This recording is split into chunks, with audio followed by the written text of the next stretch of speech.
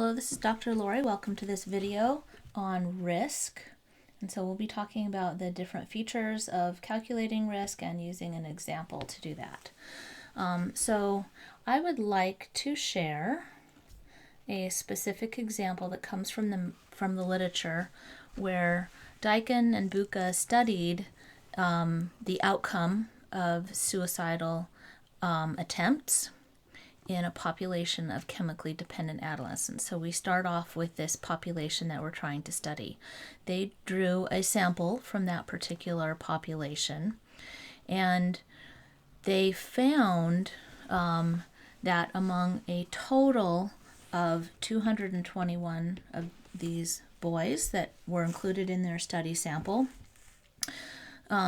23 of them had been exposed to some kind of abuse, and that they had reported that abuse to the authorities. The other 198 did not fit that criterion. So this is the exposure, is that being exposed to some kind of abuse versus not being exposed to that.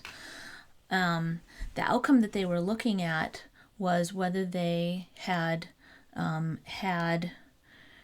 suicidal attempt, unfortunately. So this is a very, very sad outcome. Somebody who's at the point where things are very, very bad and they want to harm themselves. And so of those exposed, there were 14 who had this particular outcome. Outcome could be synonymous with a disease that develops over time. And of those not exposed who developed the outcome, that number was 49. And so basically we can take that description and we can parse it out so that we know the total number of exposed, and of those, how many had the outcome. That's where we come back to this whole concept of risk. So risk is the proportion that have that disease, they develop that disease over the course of the study. So a lot of times we need to make sure that they don't have that outcome, especially if it's a long-term disease like cardiovascular disease or hypertension. We make sure that they are not included in our number that we start with at the beginning, and then we follow them forward. So if I were to calculate the risk for each of these groups, I would calculate this as risk, and then a little sub E is equal to 14 over 23. Now the little sub E stands for exposed. It's kind of like a notation that epidemiologists may use. This answer ends up being 60.9. Pull out your calculators, check my work, make sure I'm on track. And then for the not exposed or the unexposed, we would call that risk. So of the unexposed group is equal to 49 out of 198. That ends up being 24.7. And so you can see the risk of having this outcome, this suicide attempt, is different if a person has been exposed to that particular thing, that abuse, than, and specifically it's higher than if the risk of having that particular outcome, the suicide attempt, if that person was unexposed or not exposed. So that's a little review of the concept of risk. So the other thing that I'd like to do is to look at a table that comes from the Framingham Heart Study that we've mentioned previously in other videos. And basically what we started with is 45-year-old men, and then followed them forward for 8 years. And at baseline, we collected a bunch of information and grouped the men based on what they told us was their baseline factors. So the lowest risk group, they were non-smokers. They had no glucose intolerance. They had no left ventricular hypertrophy. They had the lowest category of systolic blood pressure. They also had low cholesterol level, less than 185. So low cholesterol.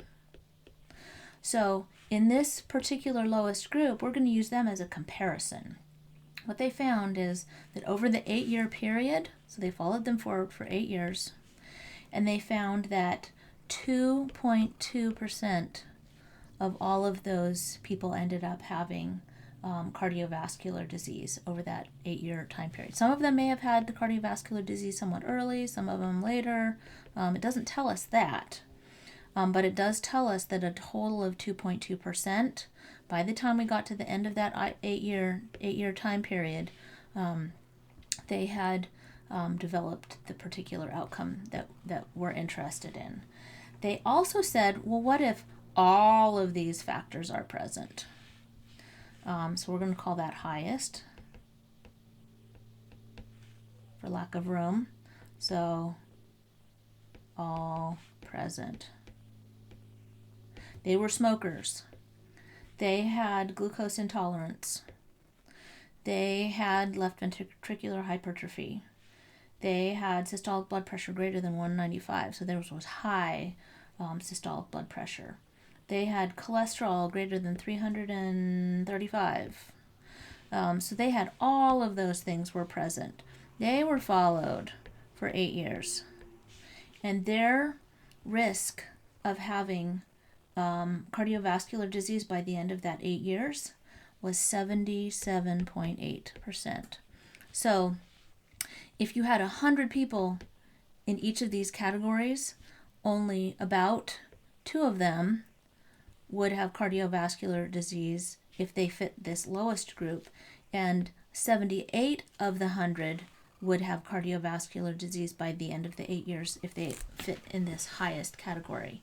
Now, you can also parse that down to the only factor that was present is that they were a smoker. Smoking, I'll put smoking over here,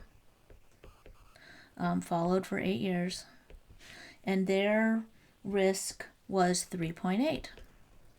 And so we can see that's different than 2.2. It's higher, specifically, but how much higher, So those are the kinds of things that we can do.